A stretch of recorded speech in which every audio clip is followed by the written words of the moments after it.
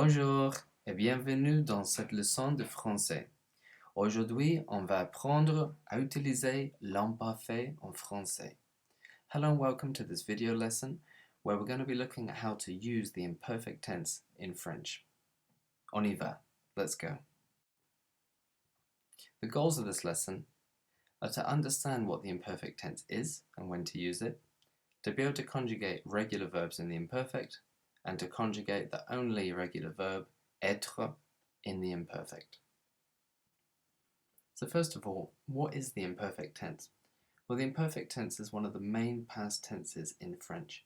It's often used when we would use the past progressive in English. So the past progressive are phrases like I was walking, he was speaking, she was swimming. So when we use the past tense of the verb to be, so I was, you were, he or she was, and a gerund, so an ing word like walking, swimming, eating, dreaming, and so on. So when we'd use those sorts of phrases in English, we'd probably use the imperfect in French. And it expresses different ideas to le passé composé, the perfect tense. So they're not the same thing, and we're going to learn when we should use the imperfect instead of le passé composé. So when is it used? The imperfect tense is used in two main ways in French. The first one is to describe habitual actions in the past. So by that I mean actions that took place repeatedly over an extended period of time in the past. And secondly, to talk about an action that was ongoing when it was interrupted by something else. I'll give you some examples now of how we use the imperfect tense to talk about habitual actions in the past. This is a really key phrase to remember. Quand j'étais plus jeune, when I was younger. So j'étais is I was, it's from être, and this is the imperfect tense. When I was younger, quand j'étais plus jeune, je jouais au foot. I used to play football. This expresses the idea that I played football repeatedly, not just once and not in a specific moment, but repeatedly over an extended period of time in the past. If we wanted to say yesterday I played football, we'd use the perfect tense, le passé composé. So I'd say yesterday, hier, j'ai joué au foot. I played football. So the imperfect expresses a different idea. It's not a specific moment in time like yesterday is, and it's not a one-off event. It's this idea that it's repeated, it's habitual.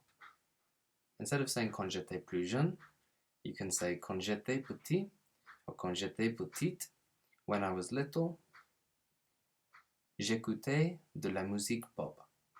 I used to listen to pop music. So again, if I wanted to say yesterday, I listened to pop music. Hier, j'ai écouté de la musique pop. Yesterday, I listened to music or pop music. The imperfect expresses this idea of habitual actions, of repeated actions over a prolonged period. For interrupted actions in the past, I'll just give you one example. Quand je marchais dans le parc, il a commencé à pleuvoir. So when I was walking in the park, it started to rain. So we use the imperfect for the continuous action, the action that was in progress when the other action interrupted it. And for the interrupting action, we use the perfect tense, le passé composé. So those are the two main situations where we use the imperfect tense, but it's also used for talking about times and dates in the past, like it was the 3rd of December, c'était le 3 de décembre, it was 10 o'clock in the morning, il était 10 heures du matin, talking about people's age in the past, so the little girl was 8 years old, la fille avait 8 ans, and descriptions of characteristics, conditions, and feelings. I'm going to break that one down a bit now. Okay, so some examples of characteristics, conditions, and feelings being described using the imperfect tense. Mon prof était grand et avait les cheveux noirs. My teacher was tall and had black hair. Kind of makes sense to use imperfect for this because people's height or their hair and eye colour are things that don't change, so they're not something that we observe just for a set moment, but over an extended period of time. So it's logical that we use the imperfect for this.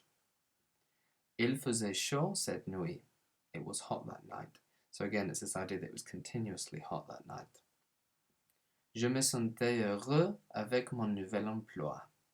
I felt happy with my new job. Again, not just for the first day, but over an extended period of time. Je voulais aller dans un autre pays. I wanted to go to another country. So you could say j'ai voulu, I wanted to, in the passé composé. That would be something you wanted to do for a specific moment, a split second. If you had this continuing desire to do something, then you can express that using the imperfect tense. Like when I was young, I wanted to be an astronaut. It's something that you wanted over a prolonged period of time while you were young, so you'd use the imperfect. So hopefully that's given us a bit of an understanding of what the imperfect tense is and when to use it or when it's used so that we can recognize when we hear it or we read it. Next up, what we're going to do is we're going to have a look at how we can conjugate it with regular verbs so that we can start to use it in our own speaking and our own writing. So how is it conjugated? Well, instead of removing the infinitive ending, like we do for most of the tenses in French, it's a bit easier for this one if we actually go first to the present tense new form of the verb. So that means if we've got the verb aller, finir, prendre, for aller, instead of taking off the er, we'd go first to nous allons. For finir, instead of taking off the ir, we'd go first to nous finissons. And for prendre, instead of taking off the re, we go first to prenons. The reason being, if you can see finir, if we get rid of the ir, it's going to leave us with just fin. Whereas actually, for the imperfect, we're going to need that double s in there. And for prendre, we're going to need to scrap the d as well. So what we do from here is we take off the ons ending from the new form of the present tense, and that gives us the stem that we're going to use for the imperfect. It's an easier way of doing things than going the normal route and then having to learn all the irregularities. Doing things this way, it only leaves us with one irregular verb. Okay, so now that we've got a stem, the only thing that we need to do is add the correct imperfect ending. And here are the endings here. We've got AIS, AIS, AIT, IONS, IEZ, AIENT. With the last one, we don't pronounce the ENT, just like we don't pronounce the ENT in the present tense. So here we've got some different verbs and some different people doing them.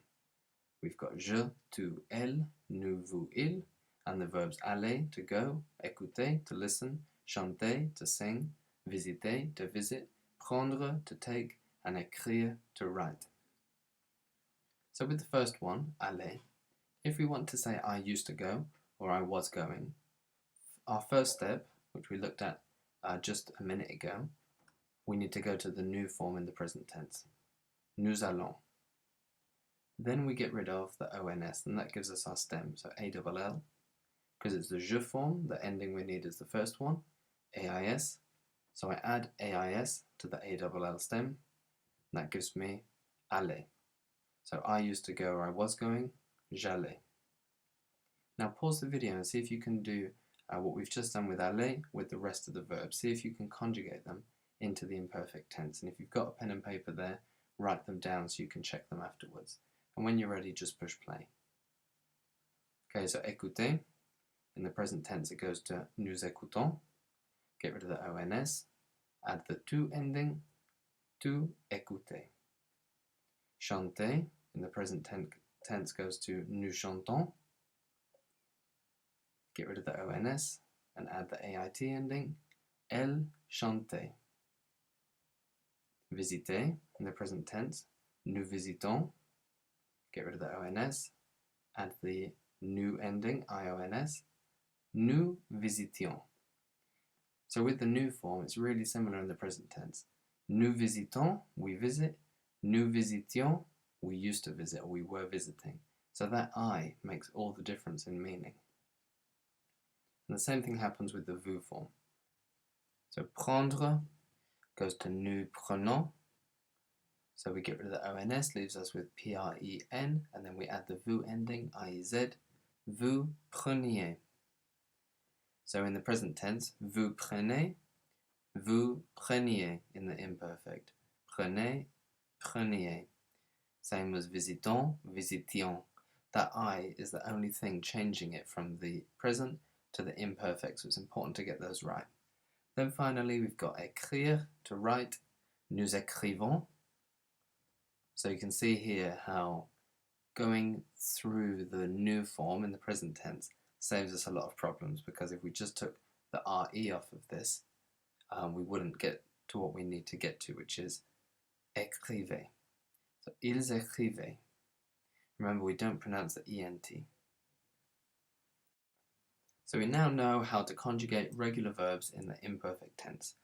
We go to the new form in the present tense, get rid of the ONS, that gives us our stem, and then we add the imperfect tense endings, and there's only one set of those, so we don't have to worry about having ones for ER1s, RE, IR. It's just one set of endings, which makes it nice and easy. So let's give that one a tick. And our next step is to be able to conjugate être in the imperfect. So être is the only irregular verb in the imperfect tense, which is probably a relief because some of the tenses in French have far too many irregular verbs. Okay, so for the je form, it goes to était, same for the tu form, and then était with the AIT ending, étions, étiez, était, remembering that the ENT is silent. So hopefully you'll notice that it follows the same pattern of endings as the regular verb endings. It just has an irregular stem, which is E accent T. So we've still got AIS, AIS, AIT, IONS, IEZ, AIENT. The only thing is with this one we can't go to nous sommes and get rid of the ONS because it's irregular in the present tense. So that's why we just need to remember the stem is ET. But this is one that comes up quite a lot, like in the phrase quand j'étais jeune or quand j'étais petit. So it's one that we'll see lots of, and hopefully we'll be able to use it lots and pick it up really quickly. And that brings us to the end of this video lesson. Merci d'avoir regardé ma vidéo. Thank you for watching my video. Some next steps you might want to take to write a breakup song from the perspective of someone remembering what they used to do or where they used to go with their partner, what their partner was like. So typical cheesy breakup music video stuff like you used to buy me flowers, we used to have breakfast together, we used to walk in the park hand in hand, you used to have the most beautiful eyes, those kind of things. What you can do if you want to use verbs that you don't know is use a dictionary or word reference to find the verbs, but take the infinitive and try and conjugate them yourself so that you can practice using the verb endings and going through the steps.